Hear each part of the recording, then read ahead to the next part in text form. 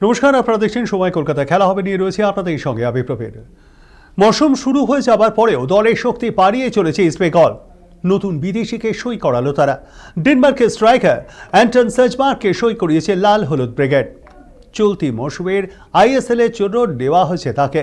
সেজবার্গ east বেঙ্গলের ষষ্ঠ দেশে, অর্থাৎ বিদেশি ফুটবলের কোটা শেষ হয়ে গেল তাদের।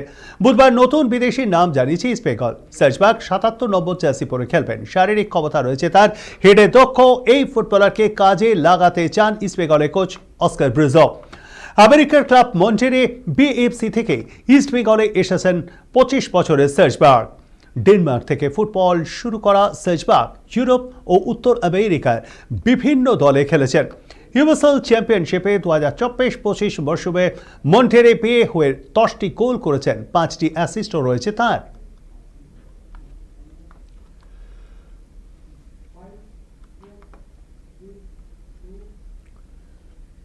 নামিবিয়াকে ১০২ রানে হারিয়ে দিয়ে টি-20 বিশ্বকাপের সুপার 8-এ চলে গেল পাকিস্তান। অষ্টম দল হিসেবে শেষ ৮-এ জায়গা পেতে হলে বুধবার জিততেই হতো সালমান আলী আঘাদের। নামিবিয়ার বিরুদ্ধে জয় পেতে অবশ্য অসুবিধা হয়নি পাকিস্তানের।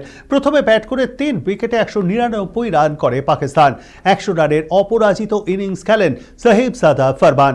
জবাবে ১৭.৩ ওভারে ৯৭ রানেই শেষ হয়ে যায় নামিবিয়ার ইনিংস। ভারতের কাছে হেরে চাপে পড়ে গিয়েছিলেন সালমানরা।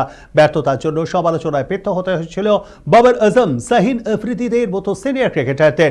তাদের দল থেকে বাদ দেওয়ার দাবিও উঠেছিল। দুর্বল নামিবিয়ার বিরুদ্ধে সত্যি শাহিনকে প্রথম একাদশে রাখেনি পাকিস্তান। বাবরকে দলে রাখা হলেও তাকে ব্যাট করতে দেওয়া হয়নি।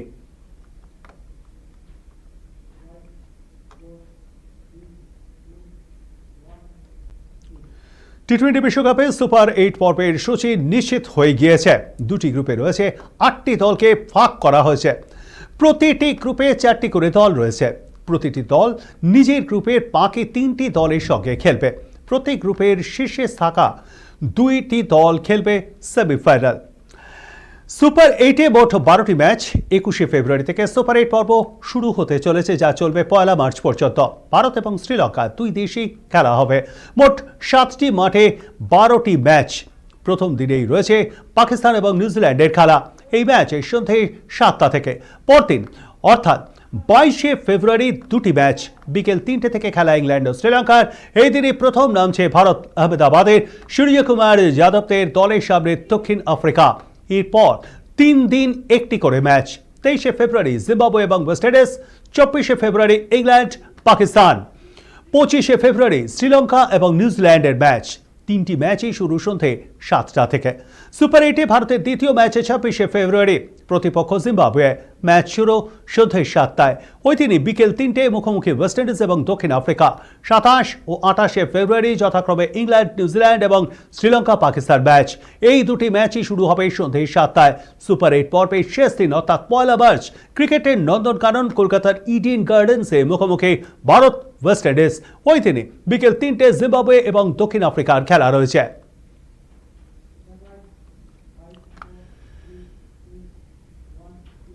এদিকে টি-20 বিশ্বকাপের গ্রুপের খেলা শেষ হওয়ার আগেই ২০২৮ সালের টি-20 বিশ্বকাপের 12টি দল নিশ্চিত হয়ে গেল। এই 12টি দলের মধ্যে রয়েছে এবারের প্রতিযোগিতায় না খেলা বাংলাদেশও। বাকি 8টি দল আসবে যোগ্যতা অর্জন পর্ব থেকে।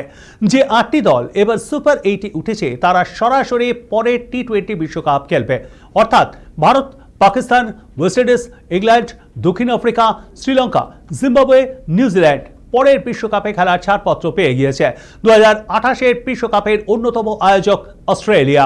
মিচেল মার্সরা এবার গ্রুপ পর্ব থেকে ছিটকে গেলেও পরের বার তাদের খেলা নিশ্চিত। আন্তর্জাতিক ক্রিকেট সংস্থা অর্থাৎ আইসিসির ক্রমতালিকার ভিত্তিতে বাকি 3টি দেশের খেলাও নিশ্চিত। চলতি বিশ্বকাপের ফাইনাল অর্থাৎ আগামী 8ই মার্চ। পরের দিন 9ই মার্চ ক্রম তালিকায় থাকা প্রথম 12টি দল সরাসরি খেলার সুযোগ পেয়ে যাবে। এই হিসেবের মধ্যেই রয়েছে সুপার 8-এ ওঠা 8টি দল এবং অস্ট্রেলিয়া। এবার ক্রমতালিকায় প্রথম 12 বাইরে থাকা কোনো দল সুপার 8-এ ওঠেনি। তাই প্রথম 12টি দলের মধ্যে স্থান পরিবর্তনের সম্ভাবনা থাকলেও নতুন কোনো দলের অন্তর্ভুক্তি অর্থাৎ ঢুকে পড়ার কোনো সুযোগ নেই। এখন টি-20 ক্রমতালিকায় 9 নম্বরে রয়েছে বাংলাদেশ, 10 নম্বরে আফগানিস্তান এবং 12 নম্বরে রয়েছে আয়ারল্যান্ড। 9ই মার্চ নতুন যে ক্রমতালিকা প্রকাশ পাবে তাতেও এই 12টি দলের মধ্যেই থাকবে এই 3টি দেশ। ফলে 2028 সালে টি-20 বিশ্বকাপে সরাসরি খেলার সুযোগ পাবে বাংলাদেশ, আফগানিস্তান এবং আয়ারল্যান্ড।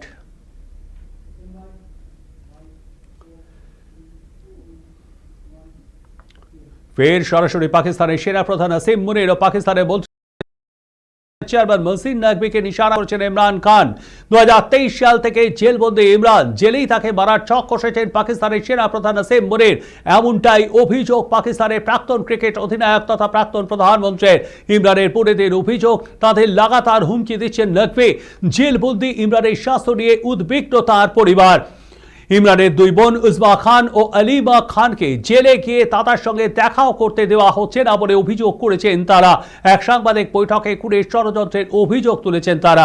উজমা জানিয়েছেন জেল থেকে ইমরান তাদের বার্তা পাঠিয়েছেন যে তার শরীর ক্রমাগতই খারাপ হচ্ছে, তার ব্যক্তিগত চিকিৎসকদের জেলে ঢুকতে দেওয়া হচ্ছে না বলে অভিযোগ ইমরান খানের।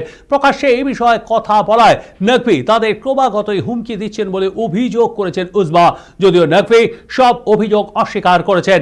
এর মাঝে ইমরানের একটি পুরনো ভিডিও সামনে এসেছে, সেখানে মুনিরকে চোর বলে উল্লেখ করেছেন পাকিস্তানের প্রাক্তন প্রধানমন্ত্রী ইমরান খান।